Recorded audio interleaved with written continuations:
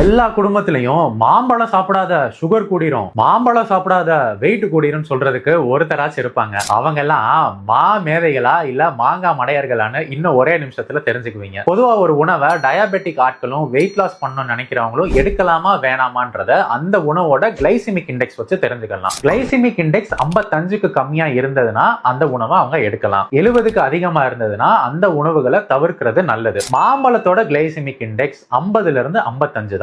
Glycaemic index படி பார்க்கும்போது மாம்பழம் சாப்பிடுறது சேஃப் தான். மாம்பழத்துல இருக்கிற மாஞ்சிஃபெரின்ற பாலிஃபினால் சுகரை கண்ட்ரோல் பண்றதுக்கு ஹெல்ப் பண்ணுதுன்னு சில ஸ்டடீஸ்ல கண்டுபிடிச்சிருக்காங்க. 100 கிராம் மாம்பழத்துல வெறும் 60 கேலரிஸ் தான் இருக்கு. வைட்டமின் ஏ, வைட்டமின் சின்னு உங்க இம்யூனிட்டியை பலப்படுத்துறதுக்கான ஊட்டச்சத்துக்களும் இருக்கு. முக்கனிகளில் முதல் கனிங்க மாம்பழம், பழங்கள்லயே சிறந்த பழம். அதனாலதான் இதுக்கு பேரு மா பழம், king of fruits.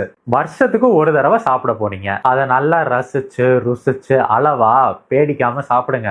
Juice, milk ஷேக்குன்னு குடிக்கிறத அவாய்ட் பண்ணுங்க.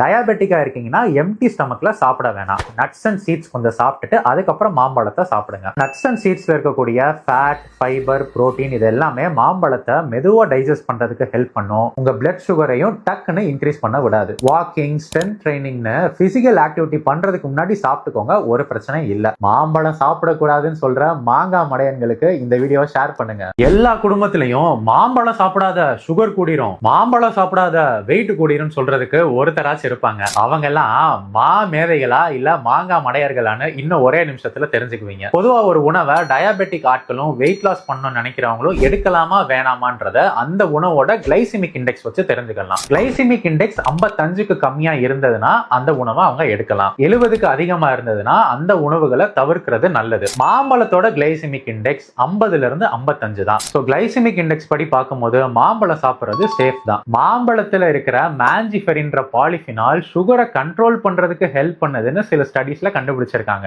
100 கிராம் மாம்பழத்துல வெறும் 60 கேலரிஸ் தான் இருக்கு. வைட்டமின் ஏ, வைட்டமின் சின்னு உங்க இம்யூனிட்டியை பலப்படுத்துறதுக்கான ஊட்டச்சத்துக்களும் இருக்கு. முக்கனிகளில் முதல் கனிங்க மாம்பழம், பழங்கள்லயே சிறந்த பழம். அதனாலதான் இதுக்கு பேரு மா பழம், கிங் ஆஃப் ஃப்ரூட்ஸ். வருஷத்துக்கு ஒரு தடவை சாப்பிட போறீங்க, அதை நல்லா ரசிச்சு ருசிச்சு அளவா பேடிக்காம சாப்பிடுங்க. ஜூஸ், மில்க் ஷேக்குன்னு குடிக்கிறத அவாய்ட் பண்ணுங்க.